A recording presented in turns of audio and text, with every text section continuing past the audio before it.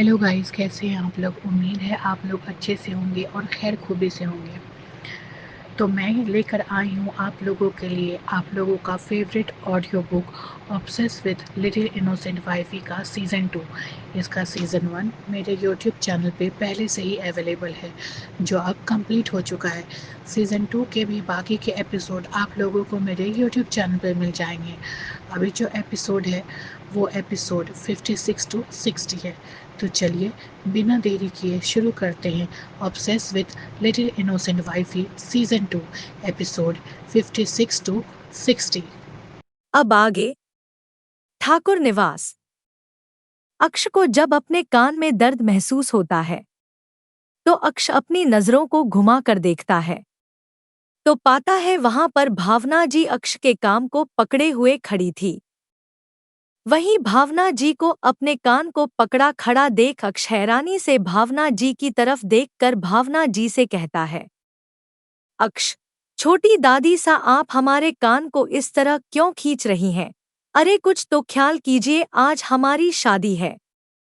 भावना जी, हाँ हम देख सकते हैं कि आज तुम्हारी शादी है और इस शादी के लिए तुम कितने उतावले हो रहे हो, लेकिन बेटा जी ये भी तो देखिए कि तुम्हारे इस उतावलेपन की वजह से हमारी बहू हमारी भूमि किस तरह से शर्म से लाल लाल होती जा रही है। और जरा एक बात बताना, इतने उतावले होने की क्या जरूरत है? कुछ ही घंटे में भूमि पूरी तरीके से तुम्हारी हो जाएगी और तुम्हारी शादी भूमि से ही हो रही है, तो थोड़ा सब्र कर लो।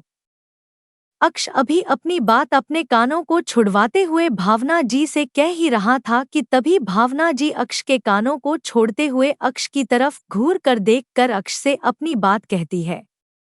वहीं भावना जी के बात सुनकर अक्ष अपने मुंह को बनाते हुए पहले भूमि की तरफ देखता है, जो शर्म से लाल हुए अपने सर को झुकाकर बैठी हुई थी। फिर अक्ष अपनी नजरों को घुमाकर भावना जी की तरफ देखते हुए भावना जी से कहता है, अक्ष, अरे छोटी दादी सा ये तो इसी तरह की है शर्मीली। अब आप ही बताइए, अगर ये इतना शर्म करती है और हम भी इतनी शर्म करने लगे तो फिर आप परदादी कैसे बनेगी? और हमें अपना वादा भी तो निभाना है। अधिक से पहले हमें आपको परदादी बनाना है, तो दोनों में से किसी एक को तो बेशर्म होना ही पड़ेगा ना। और हमारी भूमि तो बेशर्म होने से रही, वो तो इतना शर्माती है कि अगर हम सब के सामने उसे गले से भी लगा लेंगे तो वो इसी तरह शर्म से पानी पानी हो जाएगी। इसलिए हम ही बेशर्म बन जाते हैं और हमने ये सब सिर्फ आपके लिए सैक्रिफाइस किया है, छोटी दादी सा, सिर्फ आपके लिए। अक्ष भावना जी की तरफ अपने दांतों को फाड़े हुए देखता है और भावना जी से अपनी बात कहते हुए अपने पलकों को बार बार झपकाने लगता है, जैसे वो कितना ज्यादा मासूम हो। वहीं अक्ष की बात सुनकर भावना जी अक्ष की तरफ देखकर अपने सर को लाचारी से नामे हिला देती हैं।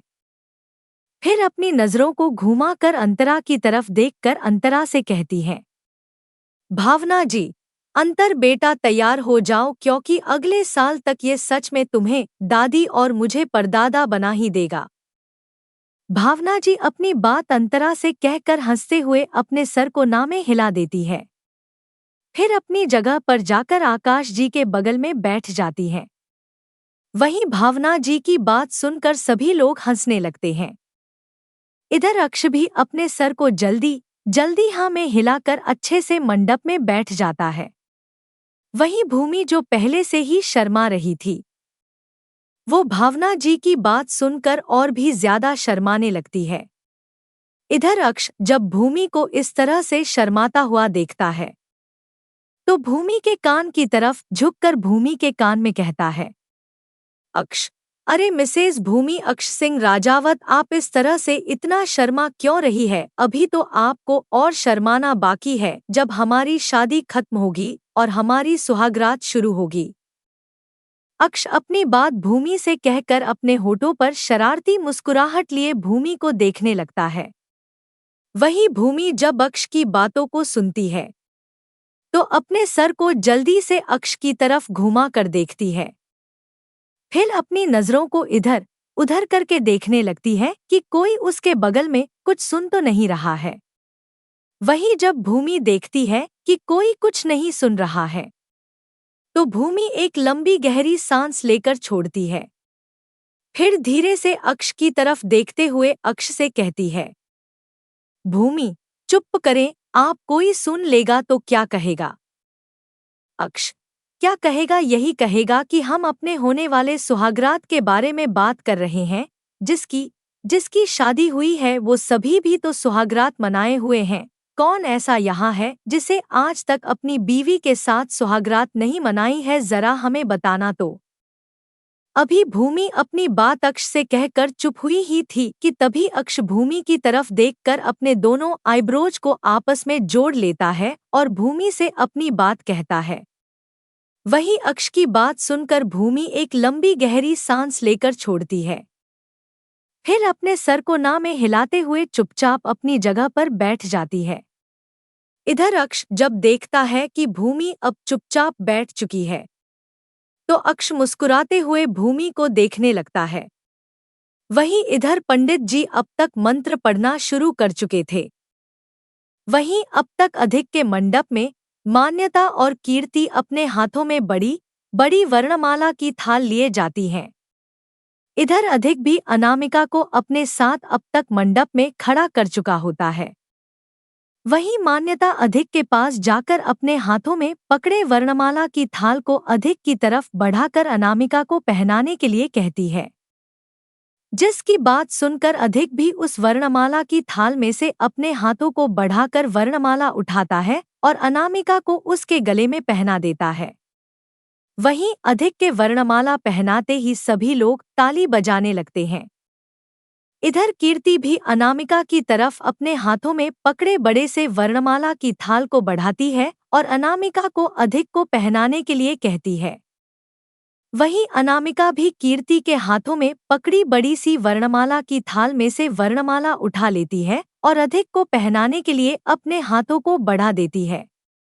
लेकिन अधिक अनामिका से इतना लंबा था कि अनामिका का हाथ अधिक के गर्दन तक पहुंच ही नहीं पा रहा था, जिस वजह से अनामिका अपनी उदास नजरों से अधिक को देखने लगती है। वहीं अधिक जब अनामिका की नजरों में उदासी देखता है तो हल्के से अनामिका के सामने झुक जाता है। अधिक के झुकता ही अनामिका भी जल्दी से अधिक के गले में वर्णमाला डाल देती है। वहीं अधिक को अनामिका के सामने झुकता देख सभी लोग मुस्कुरा कर जोर जोर से ताली बजाने लगते हैं। इधर अवतार जो कि अंतरा के बगल में बैठा हुआ था, वो अंतरा की तरफ देखकर अंतरा से कहता है, अवतार, चलो आज इसने एक काम अच्छा किया, हमारी बेटी के सामने झुक गया, वरना हमें लगा नहीं था कि ये अनामिका के सामने झुकेगा। अंतरा, हमारा बेटा हर काम अच्छा ही करता है, बस आपको ही उसमें कमी नजर आती है। वैसे आपको बता दे राजा सा कि पहले आप ही बहुत नाराज थे कि अधिक ने बिना बताए अनामिका से शादी कर ली और आज आप ही अनामिका को अपनी बेटी कहते हुए फूले नहीं समा रहे हैं। अवतार अभी अपनी बात अंतरा से कह ही रहा था कि तभी अंतरा अवतार की बातों को बीच में काटते हुए अवतार से अपनी बात कहती है। फिर अनामिका का जिक्र होते ही अवतार की तरफ देखकर हंसते हुए अवतार से अपने आगे की बात कहती है। वहीं अंतरा की पूरी बात सुनने के बाद अवतार अपना मुंह बना लेता है और अपनी नजरों को घुमाकर धीरे से बुदबुदाते हुए खुद से कहता है, अवतार, जब देखो तब अपने बेटे के ही तारीफ करती रहती हैं। हमारी तो जैसी वैल्यू ही खत्म हो गई है, एक बार हवेली चले तब बताते हैं इन्हें। अवतार अपनी बात खुद से कहते हुए सामने देखने लगता है। वहीं अंतरा भी अब तक मुस्कुराते हुए सामने देखने लगती है। इधर मान्यता और कीर्ति भी अब अपने हाथों में पकड़े हुए थाल को लेकर अधिक अनामिका के मंडप से चली जाती है। अधिक अनामिका को अपने साथ लेकर वापस मंडप में बैठ जाता है। वहीं सभी लोग इस वक्त शादी को एंजॉय कर रहे थे। दूसरी तरफ ठाकुर निवास के बने दूसरी तरफ वाले गार्डन में, जहां पर इस वक्त कोई नहीं था, वहीं उस गार्डन में सवेरा इस वक्त गार्डन के बड़े से वॉल से टिककर खड़ी हुई थी। सवेरा के आगे इस वक्त वेदांश खड़ा हुआ था।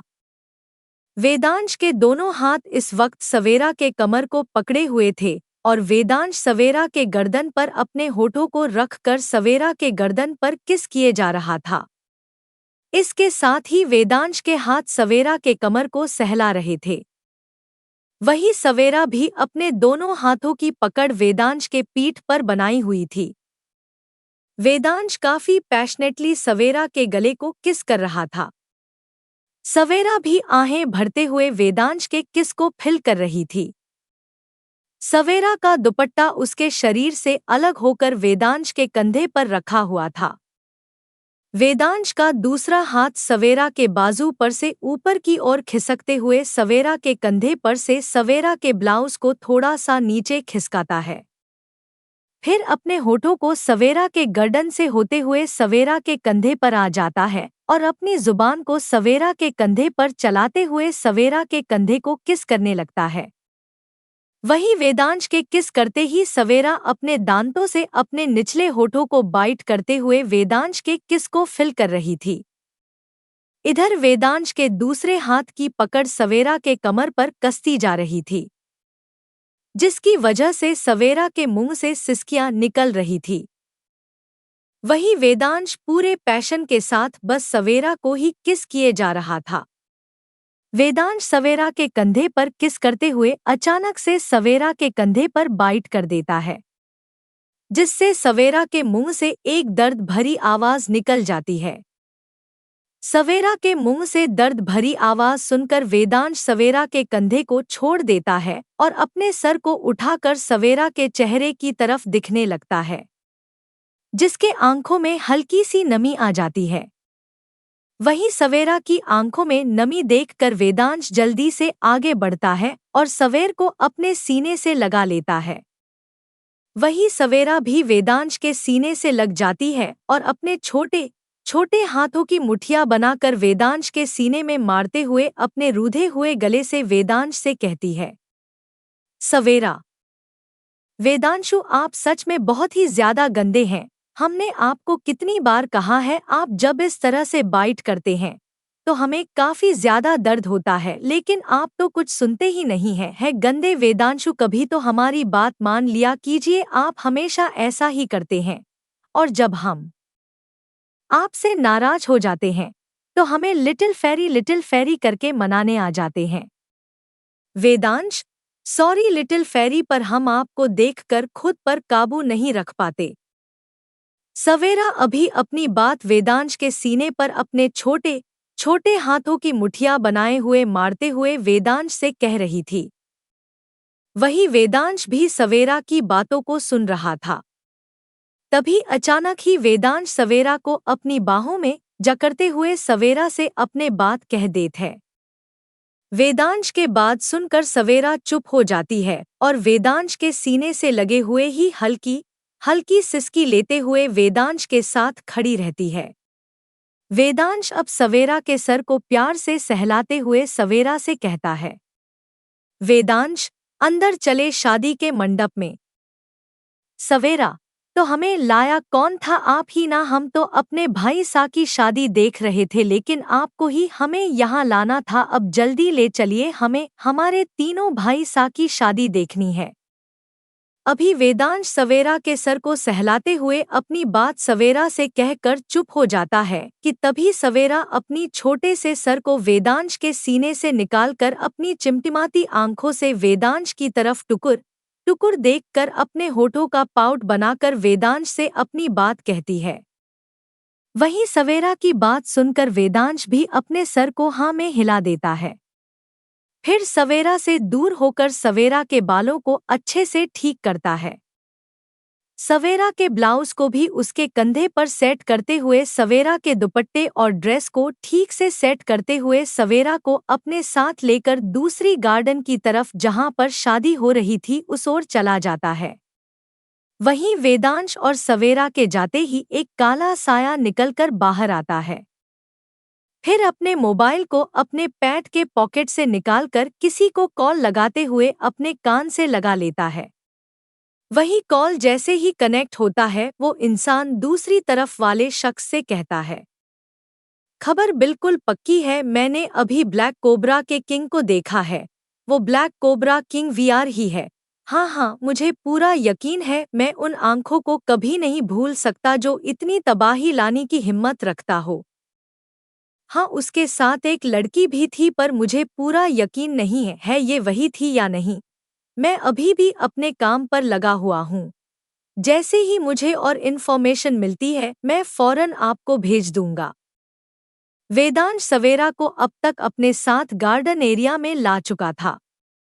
सवेरा गार्डन एरिया में आकर वेदांश के हाथों से अपने हाथों को छुड़ाकर दौड़ते हुए जाकर शिवांश और सिद्धि के बगल में उनके सोफे पर बैठ जाती है।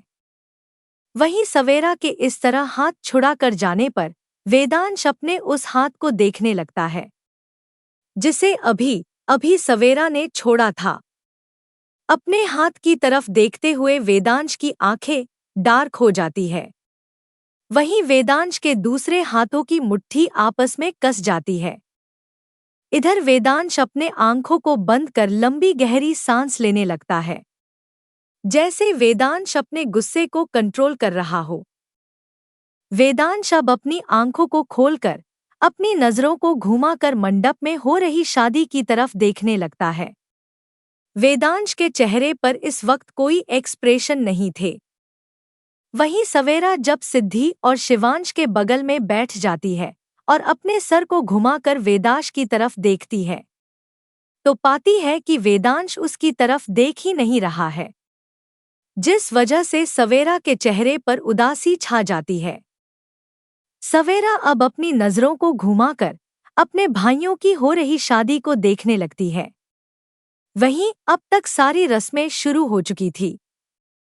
तभी रुद्राक्ष पंडित जी की तरफ देखकर पंडित जी से कहता है, रुद्राक्ष, पंडित जी थोड़ा सा रुकिए। रुद्राक्ष पंडित जी को अपनी बात कहता है।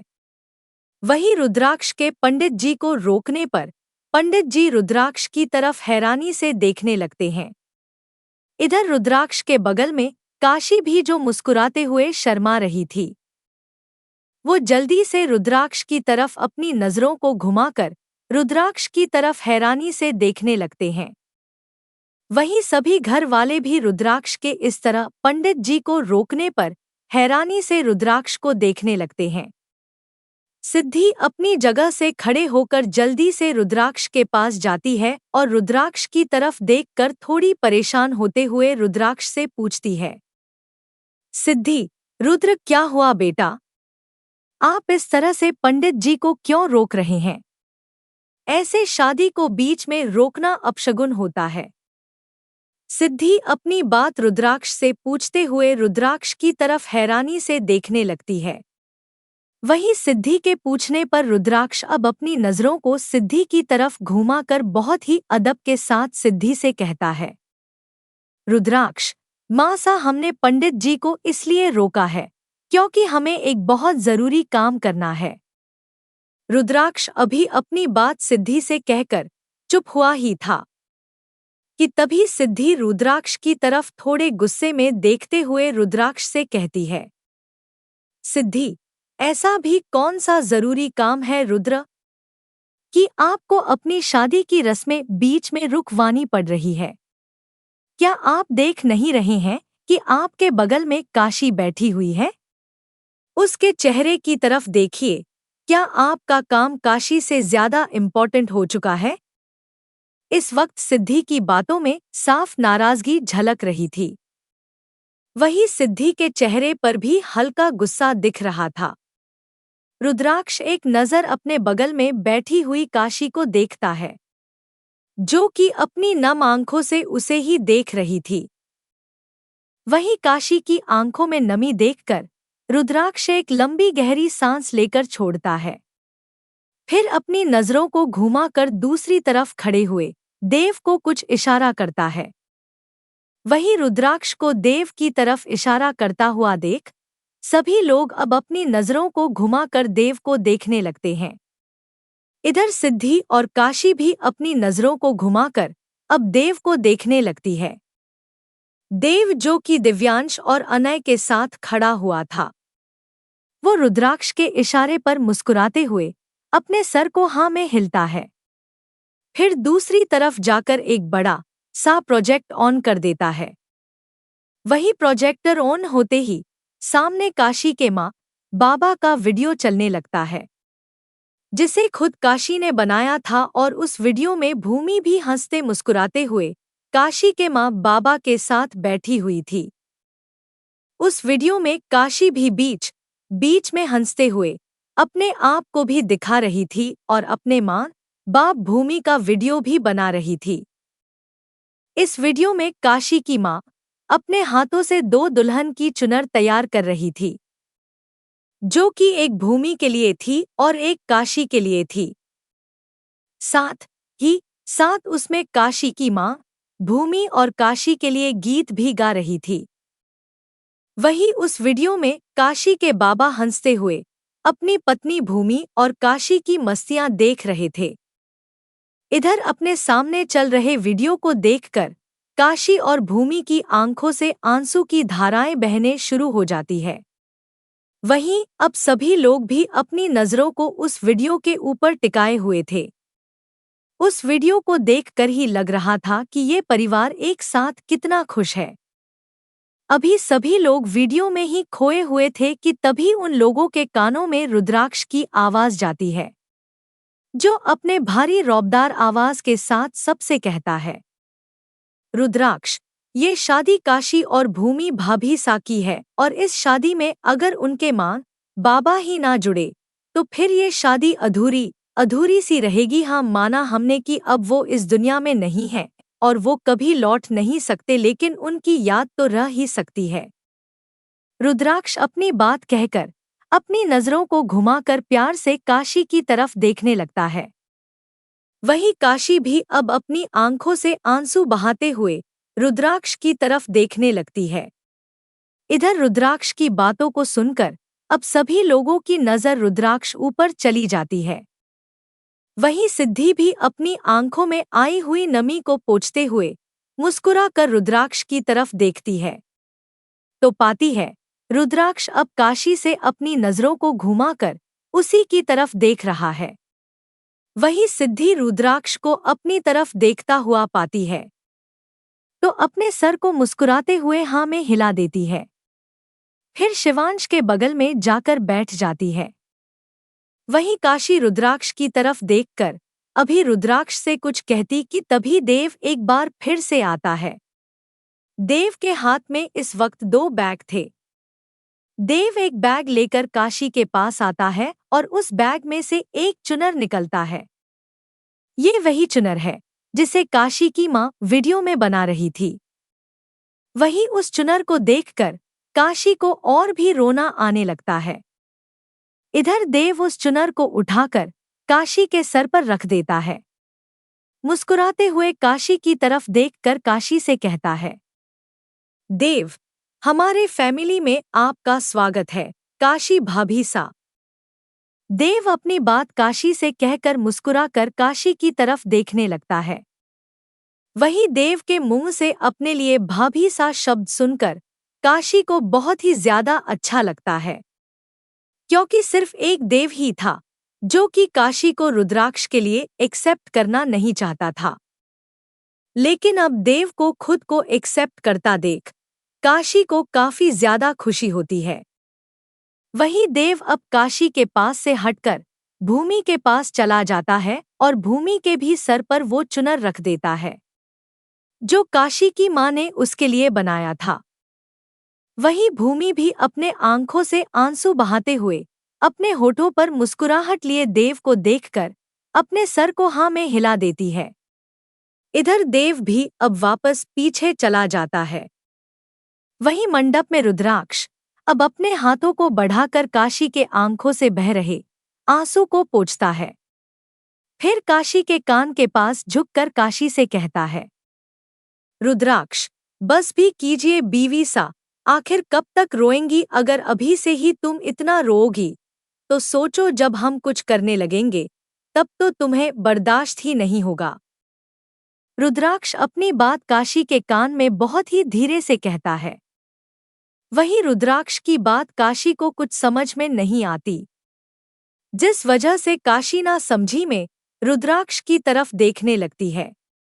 इधर रुद्राक्ष काशी के कान के पास से हटकर शरारती मुस्कुराहट लिए काशी को देखने लगता है। वहीं रुद्राक्ष के होठों पर आई शरारती मुस्कुराहट काशी को कुछ समझ में नहीं आ रही थी, लेकिन ये शरारती मुस्कुराहट काशी के लिए काफी ज्यादा भारी पड़ने वाली थी। इधर रुद्राक्ष अब पंडित जी की तरफ देखकर उन्हें मंत्र पढ़ने का इशारा कर देता है। पंडित जी भी मुस्कुराते हुए अपने सर को हाँ में हिला देते हैं और मंत्र उच्चारण करने लगते हैं। पंडित जी के मंत्र उच्चारण करते हैं। रुद्राक्ष अपने दूसरे हाथ को बढ़ाकर काशी के हाथ पर रख देता है और बहुत ही मजबूती से काशी के हाथों को पकड़ लेता है। रुद्राक्ष के हाथों की पकड़ अपने हाथों पर इतना मजबूत देख काशी भी अपनी नजरों को घुमाकर रुद्राक्ष की तरफ देखती है, फिर मुस्कुराते हुए अपने सर को झुकाकर बैठ जाती है। पंडित जी कुछ ही देर में सारी रस्में पूरी करने के बाद फेरे के लिए खड़े होने के लिए कहते हैं। पंडित जी की बात मानकर सभी कपल अपने अपने मंडप में खड़े हो जाते हैं।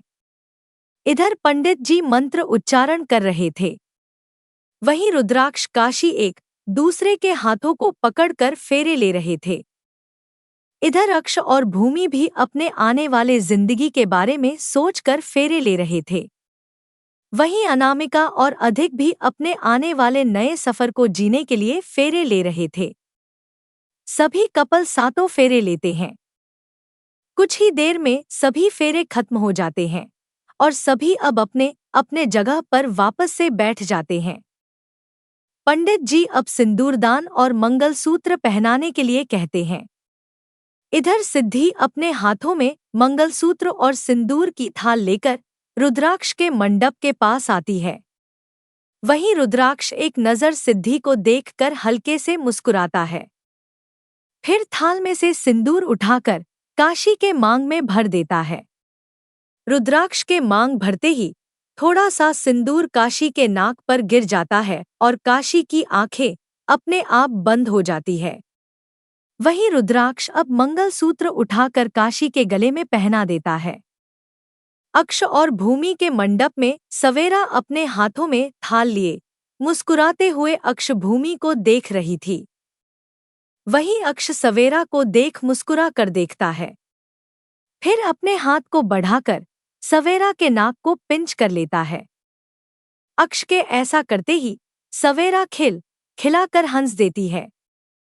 अक्ष भी हंसते हुए सवेरा के हाथों में पकड़े हुए थाल में से सिंदूर उठाता है और एक बार में बहुत सारा सिंदूर लेकर भूमि के मांग पर भर देता है, जिससे भूमि के सिर्फ नाक पर नहीं बल्कि चेहरे पर भी काफी ज्यादा सिंदूर गिर जाता है। वहीं अक्ष को ऐसा करता देख सभी लोग हैरानी से अक्ष की तरफ देखने लगते हैं, लेकिन अक्ष सभी को इग्नोर करते हुए जल्दी से सवेरा के पकड़े थाल में से मंगलसूत्र उठाकर भूमि के गले में पहना देता है। वहीं माया जी अपना माथा पीटते हुए अक्ष की तरफ देखकर अक्ष से पूछती हैं, माया जी, अक्ष तुमने इतना ज्यादा सिंदूर भूमि के मांग में क्यों भर दिया?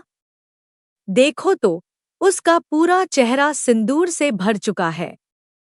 माया जी अभी अपनी बात अक्ष से पूछकर चुप हुई ही थी कि तभी अक्ष माया जी की तरफ देखकर अपने चेहरे पर बड़ी सी मुस्कुराहट लिए माया जी को देखकर कहता है, अक्ष, बड़ी दादी सा, हमने भूमि के मांग में इतना सारा सिंदूर इसलिए भरा है ताकि भूमि सिर्फ इस जन्म में ही नहीं बल्कि आने वाले हर जन्म में हमारी हो और सभी को पता चल जाए कि भूमि सिर्फ हमारी है। वहीं अक्ष की बात सुनकर माया जी के साथ सभी लोग हंसते हुए अपने सर को ना में हिला देते हैं। इधर भूमि भी अपना मुंह बनाकर अक्ष की तरफ देखती है, फिर अपने सर को दूसरी तरफ घुमा देती है। वहीं भूमि के चेहरे पर इस वक्त नाराजगी साफ दिखने लगी थी। इधर सवेरा भी हंसते हुए अपने हाथ में थाल पकड़कर वापस से अपनी जगह पर चली जाती है। वहीं सवेरा इस बीच वेदांश की तरफ देखती है। लेकिन वेदांश ने सवेरा की तरफ एक बार भी नहीं देखा, जिस वजह से सवेरा फिर से मायूस हो जाती है, क्योंकि उसे समझ में नहीं आ रहा था कि आखिर वेदांश उसकी तरफ देख क्यों नहीं रहा है। वहीं अधिक के मंडप में अंतरा अपने हाथों में थाल लिए खड़ी थी। अधिक भी अंतरा के हाथों में पकड़े थाल में से सिंदूर उठाकर अनामिका के मांग में भर देता है। अधिक के मांग भरते ही अनामिका के भी नाक पर थोड़ा सा सिंदूर गिर जाता है। इधर अधिक अब मंगलसूत्र उठाकर अनामिका के गले में पहना देता है। वहीं अधिक के मंगलसूत्र पहनाते ही अनामिका के चेहरे पर बहुत ही बड़ी सी स्माइल आ जाती है और अनामिका अपनी नजरों को घुमाकर अपनी टिमाती हुई आंखों से मुस्कुराकर अधिक की तरफ देखने लगती है। अनामिका के चेहरे पर आई हुई मुस्कुराहट देखकर अधिक के चेहरे पर भी हल्की सी मुस्कुराहट आ जाती है। इधर सभी शादियां हो चुकी थी। वहीं तीनों मंडप में बैठे हुए तीनों पंडित जी एक साथ कहते हैं, शादी संपन्न हुई, आज से आप दोनों पति पत्नी हुए। पंडित जी जैसे ही अपनी बात खत्म करते हैं, वैसे ही एक रौबदार आवाज पूरे गार्डन एरिया में गूंज जाती है, लेकिन हम ये शादी नहीं मानते, ये शादी धोखे से हुई है। हमें इस शादी के बारे में जानने का पूरा हक था, लेकिन हमसे छुपाया गया है कि हमारी बच्ची की शादी आप लोग हमसे बिना पूछे कर रहे हैं। उस आवाज को सुनकर अब सभी लोग अपने सर को घुमा कर दूसरी तरफ देखने लगते हैं। दूसरी तरफ खड़े हुए शख्स को देखकर सभी लोगों की आंखें हैरानी से बड़ी बड़ी हो जाती है। लेकिन शिवांश, अवतार, मनन, समीर, शमशेर, देव, अंश, विक्रांत, आवान और अवी के होठों पर तिरछी मुस्कुराहट आ जाती है। इस वक्त सभी लोग अपने सामने खड़े हुए चारों शख्स को हैरानी से देख रहे थे, जैसे उन सभी को यकीन ही नहीं हो रहा हो कि उनके सामने खड़े वो चारों शख्स सच में यहाँ पर मौजूद है। वही शिवांश, अवतार, मनन, अवी, विक्रांत, अंश, आवान, शमशेर, समीर और देवा के होठों पर तिरछी मुस्कुराहट थी, जैसे वो सभी जानते हो कि उनके सामने खड़े हुए वो चारों शख्स कौन है और उन्हें पूरा यकीन था कि वो सब यहाँ जरूर आएंगे। इधर सबके साथ खड़ी हुई भावना जी अपने सामने खड़े हुए दो कपल को देखती हैं। वहीं उन दोनों कपल में से वो आदमी जिसने इस वक्त ब्लू कलर का 3 पीस आसमानी सूट पहना हुआ था और उसने अपने बालों को जेल से सेट करके रखा था, उस आदमी के पैरों में चमचमाते हुए काले जूते थे और हाथों में रोलेक्स वॉच। उस आदमी के टाई में छोटे छोटे डायमंड लगे हुए थे। उस आदमी को देखने से लग रहा था जैसे उस आदमी की उम्र यही कोई 50 से 55 साल की होगी। वही उस आदमी के चेहरे का तेज उसे इतनी ज्यादा उम्र का लगने ही नहीं दे रहा था। उस आदमी का चेहरा देखकर ही लग रहा था कि वो आदमी इस वक्त कितने ज्यादा गुस्से में है और वो आदमी गुस्से में अपने सामने खड़े हुए कपल्स को घूर रहा था। वहीं उस आदमी के बगल में खड़ी हुई औरत ने इस वक्त एक हैंडमेड बनारसी पिंक कलर की साड़ी पहनी हुई थी। वो औरत दिखने की यही कोई 45 से 50 साल की होगी, लेकिन उसके चेहरे की खूबसूरती उसके उम्र को ढक रही थी। उस औरत ने अपने मांग में सिंदूर और गले में मंगलसूत्र पहना हुआ था। इसके साथ ही उस औरत ने अपने गले में एक डायमंड नेकलेस, अपने हाथों में सोने की चूड़ियां और खानदानी कंगन पहना हुआ था। उस औरत को देखकर ही कोई भी बता सकता था कि वो कितनी ज्यादा डिसेंट है। वहीं वो औरत अपनी आंखों में नमी लिए अपने सामने खड़े हुए कपल्स को देख रही थी। इधर भावना जी उन कपल को देखकर अपने बगल में खड़े हुए अशोक जी की तरफ हैरानी से अपने सर को घुमाती हैं और अपनी हैरानी अशोक जी को जताते हुए अशोक जी से कहती हैं, भावना जी, ये तो मगधगढ़ के राजा अर्जुन सिंह शेखावत और उनकी पत्नी रानी अंकित सिंह शेखावत है ना। ये दोनों यहाँ क्या कर रहे हैं? सभी जानते हैं, सालों पहले की नील वाले हादसे के बाद शेखावत परिवार, ठाकुर परिवार और राजावत परिवार से कितनी नफरत करता है। क्योंकि नील ने सालों पहले सिर्फ हमारा ही सब कुछ नहीं छीना था, शेखावत परिवार से भी बहुत कुछ छीन लिया था। शेखावत परिवार ने तो कसम खाई थी कि वो कभी भी ठाकुर परिवार और राजावत परिवार की तरफ पलटकर नहीं देखेगा। इसलिए तो अर्जुन, शिवांश और अवतार की दोस्ती भी टूट गई थी। फिर आज ये दोनों यहाँ क्या कर रहे हैं? क्या कोई नई मुसीबत हमारे परिवार पर आने वाली है? हमें बहुत डर लग रहा है। बरसों दुश्मनी के आग में जलने के बाद हमें हमारा परिवार वापस मिला, हमारी खुशियां वापस मिली। अब हम नहीं चाहते कि हमारा परिवार फिर से किसी दुश्मनी के आग में जले और फिर से कोई अपनी दुश्मनी हमारे परिवार से निकाले और हमारा परिवार टूटकर बिखर जाए। आपको ये सब शुरू होने से पहले ही रोकना होगा। भावना जी अशोक जी की तरफ अपनी हैरानी जताते हुए अशोक जी से कह रही थी। वहीं भावना जी के चेहरे पर इस वक्त डर, घबराहट और परेशानी सब नजर आ रहा था। इसके साथ ही भावना जी की आंखों में हल्की सी नमी आ गई थी, जैसे भावना जी को सालों पहले वाला कुछ दृश्य याद आ गया हो। वहीं अशोक जी जब भावना जी को इस तरह से घबराते हुआ देखते हैं और भावना जी की घबराहट भरी बात सुनते हैं, तो अशोक जी जल्दी से अपने हाथों को बढ़ाकर भावना जी के कंधे पर रखते हैं और भावना जी का कंधा अपने हाथों से सहलाते हुए भावना जी की तरफ देखकर भावना जी से कहते हैं, अशोक जी, भावना शांत हो जाइए, ऐसा कुछ नहीं है। शिवांश, अवतार, अवि, मनन, अंश, समीर, विक्रांत, आवान, शमशेर और देवा है ना, वह लोग सब संभाल लेंगे। आप इतनी टेंशन मत लीजिए और आप भूल रही हैं। इन सब के साथ अब हमारा अधिक, अक्ष, रुद्राक्ष, मान, कियान, वेदांश और दर्श भी हैं, जो कि हमारे परिवार को टूटकर बिखरने नहीं देंगे और ना ही हमारे परिवार पर आँच आने देंगे। शांत हो जाइए। देखिए तो कि ये यहाँ क्यों आए हैं।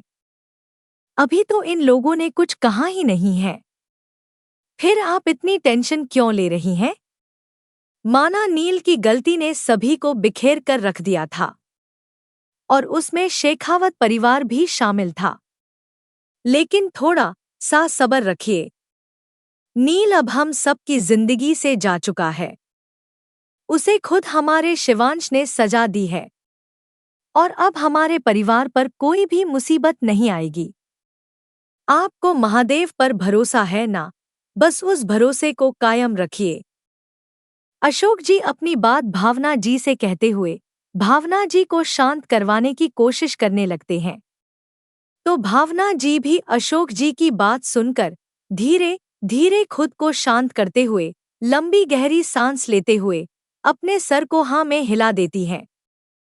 वही परेशानी तो माया जी, मुकेश जी, सुग्रीम जी, शशांक जी, सुमित्रा जी, कुसुम जी और रणधीर जी के भी चेहरे पर भी नजर आ रही थी, क्योंकि वो सभी जानते थे कि शेखावत परिवार, ठाकुर परिवार और राजावत परिवार को देखना भी पसंद नहीं करता है। इधर सभी लोगों की नजरें अपने सामने खड़े हुए अर्जुन और अंकिता के ऊपर टिकी हुई थी। वहीं अर्जुन अब अपनी नजरों को घुमाकर शिवांश की तरफ देखता है, फिर अपने तेज कदमों से शिवांश के पास चला जाता है। अर्जुन शिवांश के पास आकर शिवांश की आंखों में आंखें डालकर शिवांश से कहता है, अर्जुन, शिवांश, हम अच्छी तरीके से जानते हैं कि तुम इस सच्चाई के बारे में जानते थे, क्योंकि हम ये मानने को तैयार ही नहीं हो सकते कि तुमसे और अवतार से कोई भी सच्चाई छुप सकती है। तुम दोनों क्या हो, ये हमसे बेहतर कोई नहीं जानता। सारी सच्चाई जानने के बाद तुम दोनों ऐसा कैसे कर सकते हो? हमें इसका जवाब चाहिए। अर्जुन शिवांश से अपनी बातें कहते हुए गुस्से में शिवांश को घूरे जा रहा था। वहीं अर्जुन की बात सुनकर शिवांश अवतार के होठों पर तिरछी इस्माइल और भी ज्यादा बड़ी हो जाती है। फिर शिवांश और अवतार अपनी नजरों को घुमाकर एक दूसरे की तरफ देखते हैं। इधर अर्जुन जब शिवांश और अवतार के होठों पर तिरछी इस्माइल को बड़ा होते हुए देखता है तो अर्जुन अपने दोनों हाथों की मुठिया आपस में कस लेता है। अभी अर्जुन शिवांश और अवतार से आगे कुछ और बोलता कि तभी उन लोगों के कानों में एक बहुत ही प्यारी मगर धीमी आवाज सुनाई देती है। माँ सा, बाबा सा, आप लोगों ने आने में इतनी देर क्यों कर दी? आप दोनों को पता है हम आप दोनों का कब से इंतजार कर रहे हैं। उस आवाज को सुनते ही अर्जुन अपनी नजरों को घुमाकर दूसरी तरफ देखता है तो पाता है उन लोगों के सामने अनामिका अपने आंखों से आंसू बहाते हुए खड़ी थी। इधर अनामिका को अपने सामने देखकर अर्जुन के चेहरे पर आया हुआ गुस्सा अचानक ही गायब हो जाता है और अर्जुन के आंखों में नमी छा जाती है। वहीं अंकिता तो अपने सामने खड़ी हुई अनामिका को देखकर फूट फूट कर रोने लगती है। इधर अनामिका जब देखती है कि अंकिता किस तरह से रो रही है तो अनामिका जल्दी से आगे आती है और अंकिता को गले लगाते हुए अपने आंखों से आंसू बहाते हुए अंकिता से कहती है, अनामिका, माँ सा, अपने आने में इतनी देर क्यों कर दी? आपने तो मासी माँ से कहा था कि आप जल्दी मुझे लेने आएंगे, लेकिन आप मुझे लेने आए ही नहीं, ना ही बाबा सा मुझे लेने आए। आपने तो कहा था आप मेरी बहन को लेकर जल्दी मेरे पास आएंगे, लेकिन आप नहीं आए। आपको पता है शनाया दीदी कहती थी कि मैं बहुत गंदी लड़की हूँ, इसलिए आप और बाबा सा मुझे छोड़कर चले गए हैं और अब आप दोनों कभी मेरे पास लौट कर नहीं आएंगे। लेकिन मुझे पता था कि आप जरूर मुझसे मिलने आएंगे, इसलिए तो मैं इंडिया में आई थी आपको ढूंढने के लिए, और मेरे क्यूट डेविल ने भी मुझसे कहा था कि वो आप दोनों को मेरे पास ढूंढ कर ले आएंगे। देखिए आज मेरे क्यूट डेविल आप दोनों को मेरे पास ले आए। मैं बहुत ही ज्यादा खुश हूँ कि आप दोनों मेरे पास आ गए। अब आप दोनों मुझे छोड़कर कभी मत जाइएगा। अनामिका अपनी बात अंकिता से कहकर जोर जोर से रोते हुए अंकिता के गले लगे हुई थी। वहीं अंकिता भी अनामिका की बातों को सुनकर अनामिका को कसकर अपने गले से लगा लेती है और रोते हुए अनामिका से कहती है, अंकिता, आई एम सॉरी अनु, बच्चा माँ सा और बाबा सा आपको मौसी माँ और मौसा जी के पास छोड़कर आ गए थे, लेकिन माँ सा और बाबा सा ने आपको आपकी भलाई के लिए वहां छोड़ा था, लेकिन अब माँ सा या बाबा सा कभी भी ऐसा नहीं करेंगे। अब वो आपको कभी भी अकेला नहीं छोड़ेंगे और आपकी शनाया दीदी को आपकी मौसी माँ ने सजा दे दिया है। वो अब आपको कुछ भी नहीं कहेंगी, लेकिन प्लीज आप अपने माँ सा और बाबा सा से नाराज मत होना। अंकिता अपनी बात अनामिका से कहते हुए अनामिका के सर पर प्यार से हाथ फेरते हुए रोए जा रही थी। वहीं अनामिका अंकिता के गले लगे हुए रोते हुए अपने सर को जल्दी जल्दी ना में हिला देती है। इधर अर्जुन अब शिवांश और अवतार को इग्नोर करते हुए अपने कदमों को आगे बढ़ाकर अंकिता अनामिका के पास आ जाता है। वहीं अर्जुन अब अपने हाथों को आगे बढ़ाकर अनामिका के सर पर प्यार से रख देता है। वहीं अनामिका जब अपने सर पर किसी का प्यार भरा स्पर्श पाती है तो अपने सर को घुमाकर अर्जुन की तरफ देखने लगती है तो पाती है अर्जुन अनामिका को अपने नम आंखों से देख रहा था। वहीं अर्जुन जब देखता है कि अनामिका उसकी तरफ देख रही है तो अर्जुन अपने दोनों बाहों को फैलाकर अनामिका की तरफ देखने लगता है। वही अनामिका अब अंकिता के गले से हटकर अर्जुन के गले से लग जाती है और जोर जोर से रोने लगती है। वहीं अर्जुन भी अपनी बेटी को अपने गले से लगाकर अपने आंखों को बंद कर लेता है। इस वक्त सभी लोगों की नजरें अर्जुन, अनामिका और अंकिता पर ही टिकी हुई थी। वही अर्जुन अंकिता के साथ आए हुए जो दो और कपल थे, वो दोनों कपल कोई और नहीं, अनामिका के मौसी माँ मौसा जी थे। अनामिका की मौसी माँ का नाम शीतल मेहरा और मौसा जी का नाम नरेश मेहरा था, जो कि अनामिका को अपनी बेटी की तरह ही मानते थे। वहीं अनामिका के मौसा जी और मौसी माँ के भी आंखों में नमी साफ दिखाई दे रही थी। इधर सभी लोग यह जानकर काफी ज्यादा हैरान थे कि अनामिका राजा अर्जुन सिंह शेखावत और रानी अंकिता अर्जुन सिंह शेखावत की बेटी राजकुमारी अनु है। वही रुद्राक्ष, अधिक, अक्ष, मोक्ष ज्ञान, मान, वेदांश, देव, वैदिक, दिव्यांश, चिराग, अनय और दर्श के चेहरे के एक्सप्रेशन देखकर ऐसा लग रहा था जैसे वो सभी ये बात पहले से ही जानते होंगे। वहीं इन सब में अगर कोई और सबसे ज्यादा हैरान था तो वो थी काशी। काशी तो अपने सामने खड़ी हुई औरत को देखकर बिल्कुल शॉक्ड हो चुकी थी। काशी के साथ साथ भूमि भी अपने सामने खड़ी हुई औरत को देखकर पूरी तरीके से शॉक्ड थी। भूमि और काशी के चेहरे को देखकर ऐसा लग रहा था कि उन दोनों को अभी सबसे बड़ा सदमा मिला है। भूमि काशी अपने सामने खड़े हुए अर्जुन, अंकिता और अनामिका की तरफ देखकर बिल्कुल हैरान खड़ी हुई थी। काशी उन तीनों की तरफ देखते हुए अपने कदमों को उन तीनों की तरफ बढ़ाने लगती है। काशी ने अभी 2 से 3 कदम बढ़ाए ही थे कि तभी काशी को अपने हाथों पर किसी की मजबूत पकड़ महसूस होती है। अपने हाथों पर किसी की मजबूत पकड़ महसूस कर काशी अपने सर को घुमा कर देखती है तो पाती है रुद्राक्ष काशी का हाथ मजबूती से पकड़े हुए अभी भी खड़ा था। काशी एक नजर अपने हाथ की तरफ देखती है, फिर अपने नजरों को ऊपर उठाकर रुद्राक्ष की तरफ देखकर अपने मुंह को खोलकर रुद्राक्ष से अभी कुछ कहने वाली थी। तभी रुद्राक्ष आगे आकर काशी के मुंह पर अपने हाथों को रख देता है। इधर रुद्राक्ष से ऐसा करते ही काशी और भी ज्यादा हैरानी से रुद्राक्ष की तरफ देखने लगती है। वहीं रुद्राक्ष आगे जाकर काशी की आंखों में अपनी नीली आंखों से देखते हुए काशी से कहता है, रुद्राक्ष, अभी नहीं काशी, अभी कुछ भी नहीं, अभी तुम्हें हमारे साथ चलना है। हम जानते हैं तुम्हारे अंदर बहुत सारे सवाल हैं, लेकिन अभी तुम किसी से कुछ नहीं पूछोगी, चलो हमारे साथ। रुद्राक्ष काशी की आंखों में देखते हुए काशी से अपनी बात कहकर चुप हो जाता है। वहीं काशी जब रुद्राक्ष की बातों को सुनती है तो और भी ज्यादा हैरान हो जाती है। इसके साथ ही काशी के चेहरे पर ना समझी के भी भाव नजर आ रहे थे।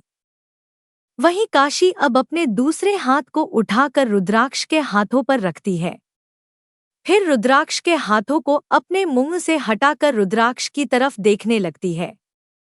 काशी अपने चेहरे पर हैरानी और ना समझी के भाव लिए रुद्राक्ष की तरफ देखते हुए रुद्राक्ष से कहती है, काशी, लेकिन कुंवर सा। रुद्राक्ष, हमने कहा ना अभी नहीं, अभी चलो हमारे साथ। काशी अभी अपनी बात रुद्राक्ष से कह ही रही थी कि तभी रुद्राक्ष काशी की बातों को बीच में काटते हुए काशी से अपनी बात कहता है और काशी के हाथों को पकड़े हुए ही काशी को अपने साथ लेकर मंडप से उतर जाता है।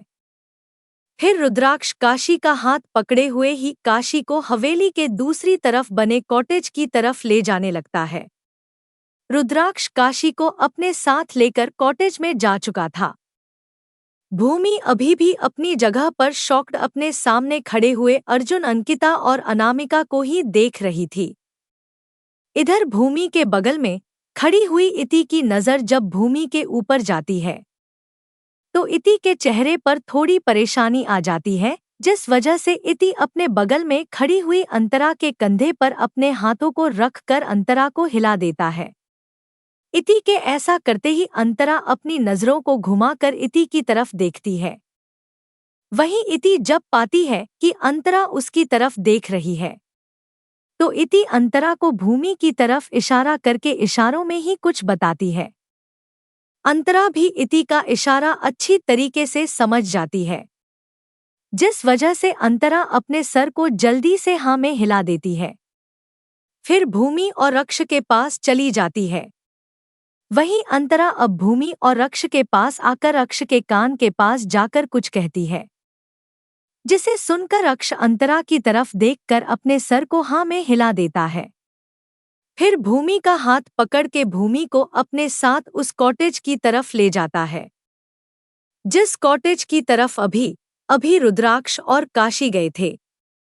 वहीं भूमि अभी वैसे ही शॉक्ड थी, जिस वजह से भूमि अक्ष के साथ खिंची चली जाती है। इधर अर्जुन अब अनामिका को खुद के सीने से अलग करता है। फिर अनामिका के चेहरे को अपने दोनों हाथों में पकड़ के अनामिका के चेहरे को प्यार से देखते हुए अनामिका से कहता है, अर्जुन, बस हमारी अनु हमसे बहुत दूर रह गई। अब बाबा सा अपनी अनु को खुद से कभी दूर नहीं जाने देंगे। अब हमारी अनु हमारे साथ माधवगढ़ चलेगी, ना हमारी बच्ची। अधिक और किसने कह दिया कि क्यूट गर्ल आपके साथ जाएगी? आप शायद भूल रहे हैं कि अभी हमारी शादी अनामिका से हुई है और उस नाते अनामिका हमारी यानी कुंवर अधिक अवतार सिंह राजावत की पत्नी कुंवर रानी अनामिका अधिक सिंह राजावत है। और किसी में इतनी हिम्मत नहीं कि हमारे इजाजत के बिना हमारी पत्नी को हमसे कोई दूर ले जा सके, चाहे वो खुद हमारे पत्नी के माँ बाबा ही क्यों ना हो।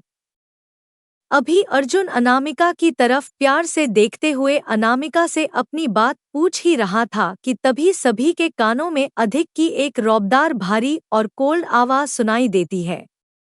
वहीं उस आवाज को सुनकर सभी लोग अपनी नजरों को घुमाकर अधिक की तरफ देखते हैं, तो पाते हैं कि अधिक अर्जुन की तरफ घूरते हुए अर्जुन से अपनी बात कह रहा था। वहीं अधिक की बात सुनकर अर्जुन अधिक की तरफ अपनी नजरों को घुमाकर अधिक की तरफ घूर कर देखने लगता है। इसके साथ ही अर्जुन अपने दांतों को किटकिटाते हुए अधिक की तरफ घूरते हुए अधिक से कहता है, अर्जुन, आखिर तुम्हारे कहने का क्या मतलब है? क्या हमारी बेटी के ऊपर कोई हक नहीं है? और शायद तुमने हमारी कुछ देर पहले वाली बात सुनी नहीं, हम इस शादी को नहीं मानते। अवतार, तुम्हारे मानने या ना मानने से क्या होने वाला है? अर्जुन, अधिक और अनामिका की शादी हो चुकी है और तुम शायद भूल रहे हो कि हमारे यहाँ शादी एक ऐसा पवित्र बंधन है जो एक बार जुड़ गया तो टूटने से नहीं टूटता। अधिक हमारा बेटा है और उसकी खुशी अनामिका में है, और हमारे रहते हुए अगर हमारे बेटी की कोई खुशी उससे छीनने की कोशिश करेगा तो ये अवतार सिंह राजावत क्या कर देगा ये हम खुद नहीं जानते। So stay away from my son and daughter-in-law because we will not let anyone interfere with their happiness and my son and daughter-in-law will not suffer the consequences of someone else's mistakes. इसलिए मेरे बेटे और बहू से दूर रहो, क्योंकि हम उनकी खुशियों में किसी का ग्रहण नहीं लगने देंगे और किसी और की गलतियों की सजा मेरा बेटा और बहू नहीं भुगतेंगे। अभी अर्जुन अपनी बात अधिक की तरफ देखते हुए गुस्से में अधिक से कह ही रहा था कि तभी अवतार आगे आकर अर्जुन की तरफ गुस्से में देखकर अर्जुन से अपनी बात कहता है। वहीं अर्जुन अवतार की बात सुनकर अपनी नजरों को अब अधिक से घुमाकर अवतार की तरफ गुस्से में देखने लगता है। अवतार भी अर्जुन की तरफ गुस्से में ही देख रहा था। इधर अवतार अर्जुन और अधिक की तेज आवाज सुनकर सवेरा थोड़ी सी डर जाती है। इसके साथ ही सवेरा हल्के हल्के कांपने लगती है, जिससे सवेरा के बगल में खड़ी हुई कुसुम जी अच्छी तरीके से महसूस कर रही थी। वहीं कुसुम जी जल्दी से सवेरा की तरफ घूमती है और सवेरा का हाथ पकड़ के हवेली के अंदर ले जाने लगती है। सवेरा को कुसुम जी के साथ जाता हुआ देख वेदांश भी अपने तेज कदमों के साथ सवेरा और कुसुम जी के पीछे चला जाता है, क्योंकि वेदांश ने सवेरा का चेहरा लाल होते हुए देख लिया था। इधर अर्जुन और अवतार के बीच में माहौल काफी ज्यादा गर्म होने लगा था। वहीं अनामिका कभी अवतार को देख रही थी तो कभी अर्जुन को देख रही थी। इधर सभी लोगों की नजरें भी अर्जुन और अवतार के ऊपर ही टिकी हुई थी। वहीं अर्जुन अवतार की तरफ देखकर अवतार से आगे कहता है, अर्जुन, अवतार हमें कोई भी टैंट्रम नहीं चाहिए, हम बस अपनी बेटी को यहाँ से ले जाने आए हैं। हम इस शादी को नहीं मानते और ये हमने पहले भी कहा है और अभी भी कह रहे हैं। इसलिए हम अपनी बेटी को यहाँ से लेकर जाएंगे, तुम सबसे दूर और तुम्हारे बेटे से दूर, वो भी हमेशा हमेशा के लिए। अनामिका, बाबा सा आप ऐसी बातें क्यों कर रहे हैं? मुझे मेरे क्यूट डेविल के साथ रहना है, आप प्लीज ऐसा नहीं कर सकते। क्यूट डेविल बहुत ही ज्यादा अच्छे हैं और बाबा सा अवतार भी बहुत ही ज्यादा अच्छे हैं। यहाँ सब बहुत अच्छे हैं और सबसे ज्यादा अच्छे मेरे कटे डेविल है। अनामिका अपनी क्यूट डेविल से दूर नहीं जाएगी, अनामिका हमेशा ही अपने क्यूट डेविल के साथ रहेगी। आप प्लीज अनामिका को उसके क्यूट डेविल से दूर मत कीजिए। और यहाँ मेरी दोस्त मेरी बड़ी सवेरू भी है, अनामिका अपने सवेरू से दूर नहीं होना चाहती। अभी अर्जुन अपनी बात अवतार की तरफ देखते हुए गुस्से में अवतार से अपनी बात कहकर चुप हो जाता है कि तभी अनामिका, जो कि अर्जुन की बात सुन रही थी, वो अर्जुन की पूरी बातों को सुनकर हैरानी से अपनी आंखों को बड़ी बड़ी कर लेती है और अर्जुन की तरफ देखकर अर्जुन से अपनी बात कहती है। अनामिका की बात सुनकर अर्जुन, अंकिता, नरेश और शीतल भी अपनी नजरों को घुमाकर हैरानी से अनामिका की बात सुनाने लगते हैं। इधर अनामिका अपनी बात अर्जुन से कहकर दौड़ते हुए अर्जुन और अंकिता की पास से दूसरी तरफ अधिक के पास जाकर अधिक के सीने से लगकर खड़ी हो जाती है। वहीं अनामिका का सर इस वक्त अधिक के सीने में ही धंसा हुआ था। अधिक भी अनामिका को अपनी बाहों में लेकर खड़ा हो जाता है। इसके साथ ही अधिक अपनी डार्क नजरों से अर्जुन की तरफ ही देखने लगता है। वहीं इस वक्त किसी को कुछ समझ में नहीं आ रहा था कि कौन किससे क्या कहें। इधर अर्जुन, जो इस रिश्ते को करने के लिए बिल्कुल भी तैयार नहीं था, वो आगे आते हुए अनामिका से कहता है, अर्जुन, अनु बेटा, आप समझने की कोशिश कीजिए, आपके बाबा साहब जो भी कर रहे हैं वो आपकी भलाई के लिए ही कर रहे हैं। अनामिका, नहीं बाबा सा, मुझे कुछ नहीं सुनना, मुझे अपने क्यूट डेविल से दूर नहीं जाना, नहीं जाना, नहीं जाना। अगर आप मुझे जबरदस्ती मेरे क्यूट डेविल से दूर ले जाएंगे तो मैं आपसे नाराज हो जाऊंगी और फिर आपके पास कभी भी नहीं आऊंगी। अर्जुन अधिक और अनामिका की तरफ अपने कदमों को बढ़ाते हुए अनामिका से अपनी बातों को कहकर चुप होता ही है कि तभी अनामिका अधिक के सीने में अपने सर को घुसाए हुए ही अर्जुन से अपनी बात कहती है। इसके साथ ही अनामिका की पकड़ अधिक के ऊपर और भी कस जाती है। वहीं अधिक भी अब पूरी मजबूती से अनामिका को अपनी बाहों में भरकर खड़ा था। जैसे अनामिका को अपने बाहों में भरकर अधिक को सुकून महसूस हो रहा है। इधर अनामिका की बात सुनकर अर्जुन अब तक अपनी जगह पर रुक चुका था और हैरानी से अनामिका की तरफ ही देख रहा था। वहीं अनामिका की पूरी बात सुनकर अंकिता, शीतल और नरेश भी हैरानी से अधिक के सीने से लगकर खड़ी हुई अनामिका को ही देख रहे थे, क्योंकि वो सभी जानते थे कि अनामिका कैसी है। वहीं अर्जुन अब अपने सेंस में वापस आता है। इसके साथ ही अर्जुन एक नज़र अधिक को घूर कर देखता है, जो खुद अर्जुन की तरफ अपनी डार्क नज़रों से देख रहा था। वहीं अर्जुन अधिक की तरफ से अब अपनी नज़रों को फेर कर अनामिका की तरफ देखकर अभी कुछ बोलने ही वाला था कि तभी अर्जुन के कानों में सिद्धि की आवाज़ जाती है। सिद्धि, हमें नहीं पता कि आप यहाँ किस मकसद से आए हैं, लेकिन हम आपको एक बात क्लियर करना चाहते हैं, भले ही यहाँ और आपकी रियासत में राजाओं का हुक्म चलता होगा, लेकिन इस हवेली में हमारा यानी ठकुरानी सिद्धि शिवांश सिंह ठाकुर का ही हुक्म चलता है। और अभी आप हमारे हवेली में खड़े हैं, अगर हम चाहे तो आपको हुक्म दे सकते हैं, लेकिन आप हमारे मेहमान हैं और खास करके हमारी बहू अनामिका के पिता है, इसलिए हम चाहते हैं आप हवेली के अंदर चल के शांति से बातें कर ले। हम सभी को अच्छा लगेगा अगर आप शांति से बैठकर बातें करेंगे। सिद्धि अपनी बात पूरे रौब के साथ अर्जुन की तरफ देखते हुए अर्जुन से कहती है। वहीं सिद्धि के बात सुनकर सभी लोगों की नजर अब सिद्धि की तरफ चली जाती है। सिद्धि को देखकर इस वक्त कोई भी बता सकता था कि सिद्धि इस वक्त अपने रानियों वाले टेबल में अर्जुन से अपनी बात कहकर अर्जुन की तरफ ही अपने एटीट्यूड के साथ देख रही है। इधर शिवांश अपने होठों पर एक प्राउड स्माइल लिए अपने दोनों हाथों को अपने सीने पर बांधे सिद्धि की तरफ ही देख रहा था। वही शिवांश के चेहरे की स्माइल बता रही थी कि सिद्धि के इस रौबदार अंदाज को शिवांश कितना ज्यादा पसंद करता है। इधर सिद्धि की बात सुनकर अर्जुन भी सोच में पड़ जाता है कि तभी अंकिता आगे आकर अपनी बात सिद्धि से कहती है। वहीं अंकित की बात सुनकर सभी लोग हैरानी से अंकिता की तरफ देखने लगते हैं। सिद्धि अपनी बातें अर्जुन से कहकर अर्जुन की तरफ ही देखे जा रही थी। वहीं अर्जुन भी सिद्धि की बातों को सुनकर सोच में पड़ गया था। इधर अंकिता, जो कि अनामिका के नाराज होने वाली बातों को सुनकर पूरी तरीके से घबरा चुकी थी, वो जब सिद्धि की बातों को सुनती है तो जल्दी से आगे आती है और सिद्धि की तरफ देखकर जल्दी से सिद्धि से कहती है, अंकिता, आप बिल्कुल ठीक कह रही हैं। वैसे भी इस तरह से बात बिगड़ेगी ही, इससे अच्छा यही होगा कि हम अंदर चलकर बातें कर ले। किसी को भी कोई परेशानी नहीं है बात करने में, इसकी गारंटी हम देते हैं। आप चलिए रानी सा, हम भी आपके साथ चलेंगे, बस हमें हमारी बच्ची से दूर नहीं जाना।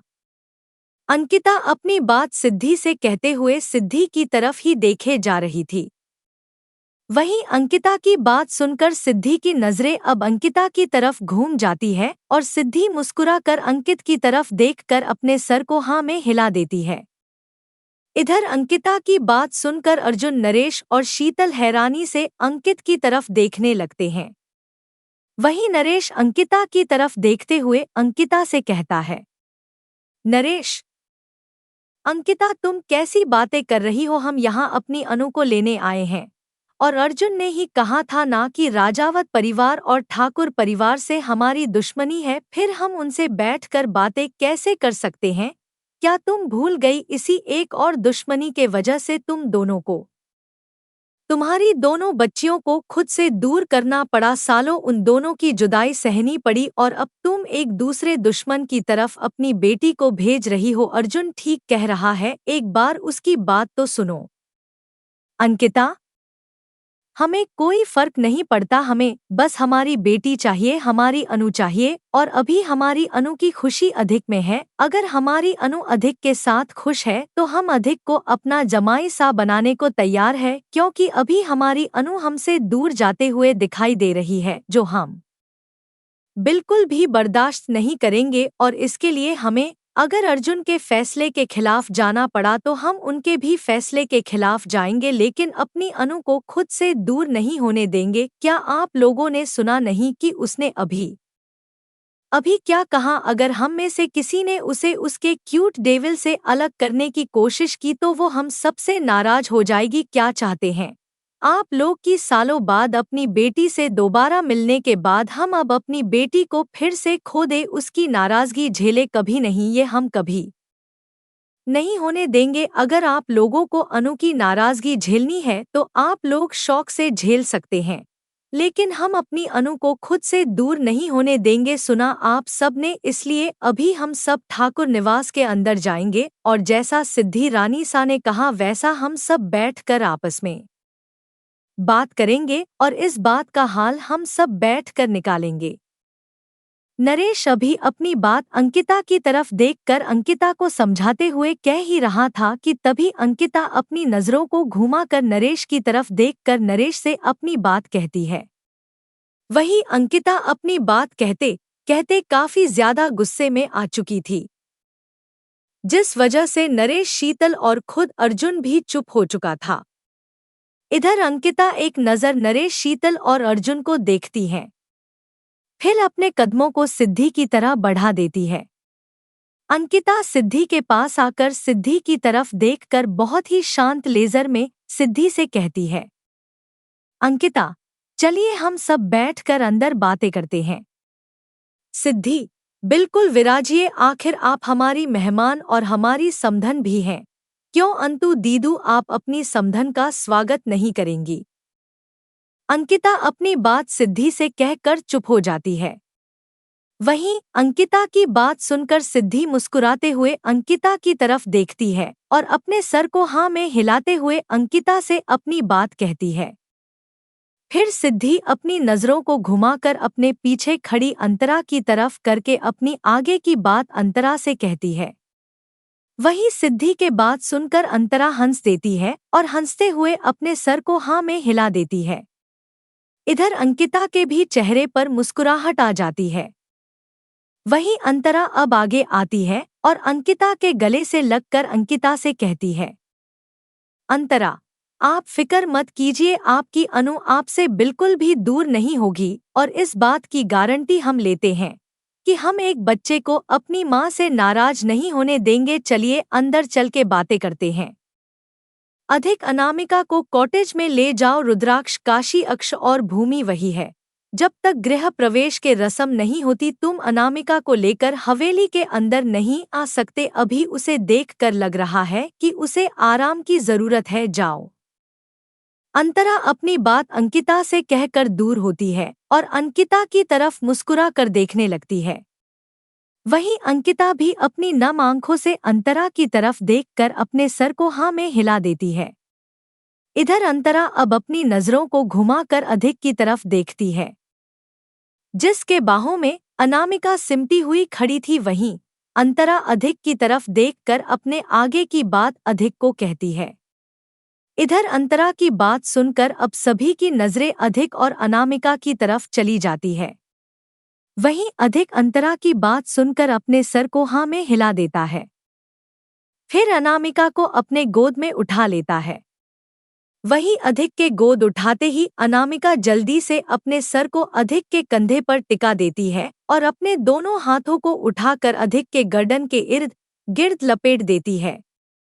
अनामिका को देखकर सच में ऐसा लग रहा था जैसे अनामिका वाकई इन सब चीजों से काफी ज्यादा थक गई है। वहीं अधिक अब अनामिका को अपने गोद में लिए हुए कॉटेज की तरह बढ़ जाता है। अधिक को अनामिका को ले जाता हुआ देखकर अर्जुन अपने कदमों को आगे बढ़ता है कि तभी अंकिता अपनी नजरों को घुमाकर अर्जुन की तरफ देखकर अर्जुन से कहती है, अंकित, अर्जुन जी, हम अभी और इसी वक्त ठाकुर निवास के अंदर जा रहे हैं और आप भी हमारे साथ आ रहे हैं। सिर्फ आप ही नहीं बल्कि शीतल और नरेश भी हमारे साथ आ रहे हैं। अंकिता अपनी बात अर्जुन से कहकर अर्जुन की तरफ देखने लगती है। वहीं अंकिता की बात सुनकर अर्जुन अपने कदमों को रोक अपनी जगह पर खड़ा हो जाता है। इसके साथ ही अर्जुन अपनी दोनों आंखों को बंद कर लंबी गहरी सांस लेने लगता है, जैसे अर्जुन खुद को कंट्रोल करने की कोशिश कर रहा हो। वहीं अंकिता अब सिद्धि की तरफ देखती है तो सिद्धि अंकिता को अंदर चलने का इशारा करती है। वहीं अंकिता, सिद्धि, अंतरा, मान्यता, इति, दिया, चित्रा, वेदिका, अमाया, वाणी और कीर्ति भी ठाकुर निवास के अंदर चली जाती है। वहीं दूसरी तरफ भावना जी, आकाश जी, माया जी, मुकेश जी, रणधीर जी, शशांक जी, सुमित्रा जी, सुग्रीम जी और अभिमन्यु जी भी हवेली के अंदर चले जाते हैं। इधर अब तक सभी लड़के भी एक दूसरे का चेहरा देखते हैं और हवेली के अंदर चले जाते हैं। वहीं शादी में आए हुए गेस्ट भी अब जाने लगते हैं, क्योंकि खाना उन्होंने बहुत पहले ही खा लिया था और यहाँ रुककर वो किसी के भी दुश्मनी का शिकार नहीं बनना चाहते थे। नरेश और शीतल भी हवेली के अंदर चले जाते हैं। वही शिवांश आगे आता है और अर्जुन के पास खड़े होकर अंदर जाते हुए सभी को देखते हुए अपने बगल में खड़े हुए अर्जुन से कहता है, शिवांश, पति चाहे कितना भी बड़ा बिजनेसमैन या राजा क्यों ना हो, उसे अपनी पत्नी के सामने झुकना ही पड़ता है और अपनी पत्नी की बात माननी ही पड़ती है। और अगर पति ने अपनी पत्नी की बात ना मानी तो फिर समझ लो तुम्हारा आज स्टडी रूम में सोना तय है। क्यों अवतार? अंश, हम सही कह रहे हैं ना? अंश, अरे अवतार से क्या पूछ रहा है, ये तो हमेशा ही अपनी बीवी को नाराज कर देता है और हमेशा ही स्टडी रूम में सोता है, इसलिए तो इसे कमर के दर्द की बीमारी पकड़ चुकी है। शिवांश अपनी बात अर्जुन से कहते हुए अपनी नजरों को अभी भी अंदर जाते हुए सिद्धि और बाकी सब के ऊपर टिकाए हुए अपने पीछे कुछ दूरी पर खड़े अंश अवतार से कहता है। वही शिवांश की बात सुनकर अभी अवतार कुछ कहता कि तभी अंश आगे आते हुए शिवांश की तरफ देखकर अपनी नजरों को अवतार की तरफ देखते हुए शिवांश से अपनी बात कहता है। इसके साथ ही जोर जोर से हंसने लगता है। वही अंश की बात सुनकर विक्रांत, आवान, मनन, समीर, शमशेर, देवा और अवी भी जोर जोर से हंसने लगते हैं। इधर अंश की बात सुनकर अवतार घूरते हुए अंश को देखता है और आगे जाकर अंश पीठ पर एक मुक्का मार देता है। वही अवतार के इस तरह मारते ही अंश अपने पीठ को पकड़े हुए चिल्लाते हुए अवतार से कहता है, अंश, साले अवतार पागल हो गया है क्या? इतना जोर से कौन मारता है? बेमाना कि हमारे बच्चे बड़े हो चुके हैं लेकिन अभी भी हमारी बीवियों को हमारी जरूरत पड़ती है। इतनी जोर से मारेगा तो हमारी कमर टूट जाएगी, फिर हम वेदिका को क्या जवाब देंगे? अवतार, तू इसी के लायक है। और तू क्या हंस रहा है? बताऊं तुझे, अभी तुम लोग भी अपनी बत्तीसी दिखाना बंद करो वरना तुम सब की बीवियों को उल्टी सीधे बातें कहकर तुम लोगों के खिलाफ भड़कावा दूंगा और आने वाले एक हफ्ते तक स्टडी रूम में तुम सबको सलवाऊंगा, फिर करते रहना खी खी खी खी। अंश अभी अपनी बात अवतार से कह ही रहा था कि तभी अवतार अंश की बातों को बीच में काटते हुए अंश की तरफ घूर कर उससे अपनी बात कहता है। इसके साथ ही अवतार अपने दांतों को किटकिटाते हुए अपनी नजरों को घुमाकर विक्रांत, आवान, अवी, समीर, शमशेर, मनन और देवा से कहता है। वहीं अवतार की बात सुनकर सभी लोग अब अपने मुंह को बनाकर अवतार की तरफ देखने लगते हैं। इस वक्त अवतार की बातों में चिढ़न साफ साफ नजर आ रही थी। वही शिवांश भी अपने होठों पर टीजिंग स्माइल लिए अवतार को ही देखे जा रहा था। इधर इन सब की बातों को सुनकर अर्जुन एक लंबी गहरी सांस लेकर छोड़ता है और अपने सर को ना में हिलाते हुए अपनी नजरों को घुमाकर अवतार, शिवांश, अंश, समीर, अवी, मनन, देवा और शमशेर की तरफ देखकर उनसे कहता है, अर्जुन, कम से कम अब तो सुधर जाओ। उस वक्त तो यंग थे, अब तो तुम लोगों की उम्र हो चुकी है और तुम दोनों तो अब ससुर भी बन चुके हो, कुछ दिनों में दादा भी बन जाओगे। तब भी अगर ऐसी हरकत करते रहोगे तो लोग कहेंगे कि बुढ़ापा में तुम लोग पागल हो चुके हो। अर्जुन अपनी बात उन सभी से कहता है, फिर अपनी नजरों को घुमाकर शिवांश और अवतार की तरफ एक नजर देखता है, फिर उन दोनों से अपने आगे की बात कहता है। वहीं अर्जुन अपनी बात कहकर बिना एक पल की देरी गंवाए जल्दी से अपने कदमों को आगे बढ़ते हुए ठाकुर निवास के अंदर चला जाता है। वहीं अर्जुन की बातों को सुनकर शिवांश, अवतार, अंश, अवी, मनन, समीर, शमशेर और देवा घूरते हुए जाते हुए अर्जुन को देख रहे थे। वहीं समीर अपने दांतों को किटकिटाते हुए अपने बगल में खड़े हुए शिवांश, अवतार, अंश, अवी, शमशेर और देवा से कहता है, समीर, इस साले ने बुढ़ा किसको बोला? लगता है इसको बताना पड़ेगा कि अपन लोग बुढ़े हैं या नहीं। अवी, सही कह रहा है तू, इसे तो हम अच्छे सबक सिखाएंगे। शमशेर, वैसे अगर हम बुढ़े हैं तो ये भी तो बुढ़ा हुआ, क्योंकि ये भी तो हमारे उम्र का है और हमारा दोस्त भी है। अवी की बात खत्म होते ही शमशेर भी अपने कमर पर हाथ रखकर हवेली के अंदर जाते हुए अर्जुन को देखकर अपने आगे की बात कहता है। वही समीर, रवि और शमशेर की बात सुनकर शिवांश एक लंबी गहरी सांस लेकर छोड़ता है। शिवांश, अगर तुम लोगों को बुढ़ा बनना है तो तुम लोग शौक से बुढ़ा बन सकते हो, लेकिन हमें बुढ़ा बनने का कोई शौक नहीं है और ना ही हम बुढ़े हैं। तुम लोग हो चुके होंगे बुढ़े, क्योंकि तुम लोग लगते भी हो, हम तो अभी भी काफी ज्यादा यंग लगते हैं। तभी तो लोग हमें कहते हैं कि हम अपने बेटों के बड़े भाई लगते हैं। फिर अपने कदमों को हवेली के अंदर बढ़ाते हुए समीर अवी और शमशेर से अपनी बात कह देता है। वही शिवांश के बात सुनकर समीर, अवी और शमशेर घूरते हुए शिवांश को देखने लगते हैं।